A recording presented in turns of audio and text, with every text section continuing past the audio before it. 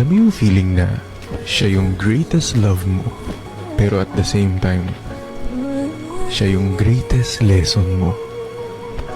Yung minsan mong tinuring na mahal mo.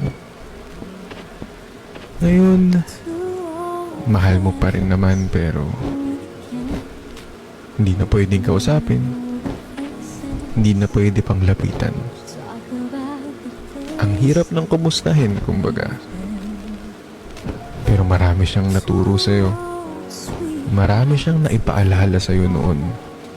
Na hanggang ngayon, dala-dala mo. Hanggang ngayon,